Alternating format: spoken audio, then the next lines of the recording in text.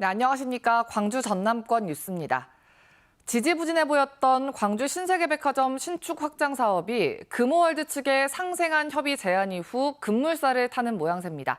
강기정 광주시장은 다음 달까지 주요 행정 절차 끝내겠다는 의지 밝혔는데요. 소상공인들은 반발하고 있습니다. 김호 기자입니다. 이마트 광주점과 바로 옆 광주시 소유도로 길 건너 주차장까지 합쳐 새 백화점을 지으려는 광주 신세계. 금호월드 관리단은 지난주 광주시까지 참여하는 3자 협의체 구성과 상생한 협의를 제안했고 신세계는 상생발전기금 100억 원 출연과 상생한 협의 계획을 밝혔습니다. 광주시도 행정 절차를 지체하지 않기로 했습니다. 핵심은 속도입니다. 3자 협의체를 통한 상생 협의와 동시에 다음 달 중순까지 백화점 신축 확장을 위한 핵심 인허가 절차를 마무리 짓기로 했습니다. 강기정 광주시장은 어제 기자들과 만나 문을 연 상태로 달린다는 의미의 개문발차라는 표현을 써가며 도시계획 건축공동위원회를 열겠다고 밝혔습니다. 도로 문제를 넘어선 상생협약의 문제는 이건 말 그대로 상생입니다. 서로 주고받고 서로 윈윈하는 문제이기 때문에 이 상생의 문제가 종료돼야만 인허가 절차가 된다는 것은 수순이 틀려 있습니다. 건축 인허가 등 최종 절차가 남아있지만 공동위원회는 이번 사업을 위한 사실상 마지막 관문으로 꼽히는 행정 절차로 강 시장은 지역 소상공인들과 별도 협의는 하지 않기로 했습니다. 의료상인연합회를 배제하고 소상공인들을 배제하면서 협의체를 구성한다는 것은 저는 말이 안 되는 얘기라고 저는 생각합니다. 가장 핵심적인 피해자가 협상 대상에서 배제된다는 건 있을 수 없는 일이라고 생각합니다. 소상공인들은 광주시 소유인 도로를 특정 사업자를 위해 내주는 건 특혜행정이라며 본격적인 대응 방안을 논의하기로 했습니다. KBS 뉴스 김호입니다. 얼마 전 공사를 끝마치지 않은 상태에서 입주민들을 불러 하자 점검을 한 광주 선교동의 한 아파트 뉴스로 전해드렸는데요. 하자가 10,000건 넘게 접수됐는데도 애초 정한 날짜에 맞춰서 입주를 강행하고 있다고 합니다. 두 차례의 대형 참사 뒤에도 광주에서 건축 속도전은 여전합니다. 손민주 기자의 보도입니다. 공사를 마치지 않고 사전 점검을 진행해 입주자들의 반발을 샀던 광주 동구의 한 아파트. 무더기로 하자가 접수됐습니다. 입주자들이 신청한 하자는 모두 15,000여 건. 전문가로 이뤄진 품질 검수단이 지적한 하자도 78건이나 됩니다. 시공사가 일주일 안으로 하자 조치 계획서를 구청에 내야 하지만 내지 않았습니다. 그러고는 내일부터 입주하라는 안내문을 보냈습니다. 하자가 이만큼 있는데 얼만큼 조치를 하셨고 그리고 27일까지 다 가능한지 그것을 여쭤봤는데 일단 지금 제가 답변 드릴 수 있는 건 여기까지인 것 같습니다. 단지 내 보도블록도 지하 주차장과 지상을 연결하는 엘리베이터 공사도 끝나지 않은 상태. 지금 의사 날짜도 못 잡고 뭐 사다리차 그런 것도 지금 어디 동원 지금 할 수가 없다는 이야기도 나오고 그러더라고요. 시공사는 전체 아파트 단지에 대한 사용 승인이 아닌 내부 공사가 거의 끝난 각 동별로 사용 승인을 받는다는 입장입니다. 사용성을 내줘버리거든요. 그러면 그때부터는 이제 하자 보수만 해주면 끝난다는 인식을 시공사가 갖고 있는 겁니다. 사용 검사권자인 동구청은 종합적으로 판단하겠다고 밝혔습니다. 입주가 가능한 상태가 아닌데 저희들이 준공해주는 일은 없다. 그렇게 생각하시면 되겠습니다. 일방적으로 통보된 입주 예정일이 다가오는 가운데 입주 예정자들은 구청에 책임 있는 조치를 요구하고 있습니다. KBS 뉴스 손민주입니다. 5월 정신 지키기 범시도민 대책위원회가 5.18 진상규명 조사위원회 활동 성과에 우려를 나타냈습니다. 5월 정신 지키기 대책위원회는 어제 언론간담회를 열고 최근 발표한 조사위 활동 결과는 5.18 진상규명이라는 국민과 지역민의 기대에 반하는 초라한 결과라며 조사위 책무를 수행하지 못한 송선태 위원장을 포함한 위원들에게 1차적 책임이 있다고 지적했습니다.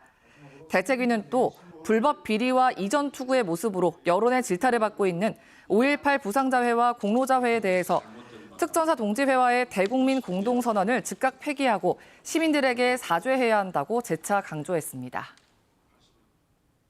전교조 광주지부 등 광주 지역 교육 세 단체가 어제 기자회견을 열고 교권보호 4법 통과를 환영한다며 시교육청에 학교 학칙 개정 등 후속 과제 이행과 함께 교원단체와 소통하는 기구를 운영할 것을 촉구하고 나섰습니다. 교육세단체는 교육감직소 교권보호 현장지원단은 기존 사업 짜깁기에 공적 책임이 없는 외부 인력에 일을 맡기는 게 실체라고 지적했습니다. 이어 교육청에 전담 인력과 예산 배치, 악성 민원 대응 관련 학교장 책임 명시 등 공동 요구안을 제시하고 다음 달 6일까지 답변해 줄 것을 요구했습니다. 취업자들이 업무와 상관없이 아파서 돈을 벌 수 없을 때 소득의 일부를 보전해주는 상병수당 사업이 시범 도입된 지 1년이 넘었습니다. 전남은 순천에서 시범 운영 중인데요. 신청자가 계속 늘고 있다고 합니다. 보장 수준은 높이고 지급 기준을 개선해서 제도화해야 한다는 목소리도 커지고 있습니다. 최혜진 기자의 보도입니다. 환자를 돌보는 간병 노동자, 배달 노동자와 같은 특수 고용 노동자, 협력업체 비정규직 노동자 등은 아파도 쉬지 못하는 경우가 많습니다. 기본적인 생계 비용조차도 마련하기 힘든, 매우 경제적으로 힘든 상황이 봉착하게 됩니다. 상병수당은 지금 그런 노동자들 대상으로 정말 필요하다. 취업자들이 업무와 상관없이 아플 때 수당을 지급하는 상병수당 1단계 사업이 지난해 7월부터 순천을 포함한 전국 6개 자치단체에서 시범 운영 중입니다. 건강보험 가입자나 자영업자, 고용보험 등에 가입된 근로자 등이 지원 대상입니다. 총 3가지 유형으로 순천의 경우 최대 90일까지 의료 이용 일수에 따라 수당을 지급합니다. 시범 운영 기간 동안 순천의 상병수당 지급률은 93.2%, 지급액은 1,200여 건에 8억여 원입니다. 여수나 보성 등 다른 지역에서도 상병수당 지급을 확대해달라는 요구가 잇따르고 있습니다. 하지만 노동계는 제도 정착을 위해서 개선할 점이 많다고 지적합니다. 65세 이상은 상병수당을 받을 수 없고 최저임금의 60%로 보장 수준도 낮다는 겁니다. 특히 지난 7월부터 전북 익산 등 4개 지자체에 도입된 2단계 시범 사업을 소득 하위 50%로 제한하면서 대상이 축소될 수 있다는 우려도 나오고 있습니다. 제대로 된 상병수당이 도입되지 못하고 기존의 저소득계층에 대한 공적 부조하고 거의 유사한 그런 거가 될 가능성이 아주 커서요. 개선에 대한 목소리를 좀 높여나가야 되지 않을까. 보건복지부는 오는 2025년까지 3단계 시범 사업을 추진한 뒤 상병수당 제도화 방안을 논의할 예정이라고 밝혔습니다. KBS 뉴스 최진입니다. 이번 추석 연휴 기간 광주에서 응급실이 있는 병원 26곳이 24시간 응급진료 체계를 유지합니다. 또 보건진료소 9곳, 병원 441곳, 약국 285곳은 연휴 기간에도 진료를 받거나 약을 살 수 있으며 5개 자치구 보건소 등에서는 코로나19 선별진료소가 운영됩니다. 추석 연휴에 문을 여는 병원과 약국은 광주 120 콜센터, 포털 사이트, 스마트폰 앱 응급 의료 정보 제공 등에서 확인할 수 있습니다. 또 광주 기독병원의 공공심야 어린이병원은 연휴 기간 오전 10시부터 밤 12시까지 쉬는 날 없이 운영됩니다. 구례군이 오늘 구례 섬진 아트홀에서 전국에서 3천여 명이 가입한 구례 양수발전소 유치 서포터즈 발대식을 열고 본격적인 활동에 들어갔습니다. 김순호 구례군수는 기념사를 통해 양수발전소는 우리 자녀와 그들 자녀에게 물려줄 무한한 가치가 있다며 유치 서포터즈의 힘을 모아서 반드시 양수발전소를 유치하겠다고 강조했습니다. 양수발전소는 전력 수요가 적은 시간대에 하부지의 물을 상부지로 끌어올려서 전기를 생산하는 1조 원 규모의 시설로 산업통상자원부는 다음 달 중 사업 신청을 받아 11월 사업 대상지와 발전 사업자를 선정할 계획입니다. 서남의 해상교통 안전을 책임질 목포 광역해상교통관제센터가 개국식을 열고 본격적인 업무에 들어갔습니다.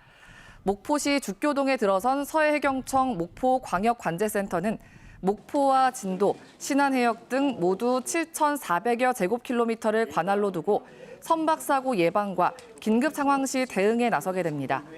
해경이 전국 최초로 구축한 목포광역관제센터는 기존 목포와 진도 관제센터를 통합하고 사각지대였던 신안해역까지 관제 범위로 확대해 운영됩니다.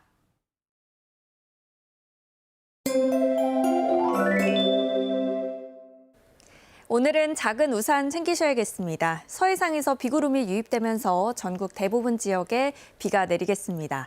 광주 전남 지역은 산발적으로 비구름이 머물고 있어서 내렸다 그치기를 반복하겠습니다.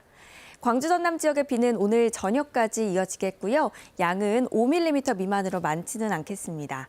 다음 자세한 지역별 기온입니다. 아침 기온은 광주가 22도 등으로 어제보다 1에서 6도가량이나 높게 시작하고 있고요. 한낮 기온 26도로 크게 차이 나지 않겠습니다.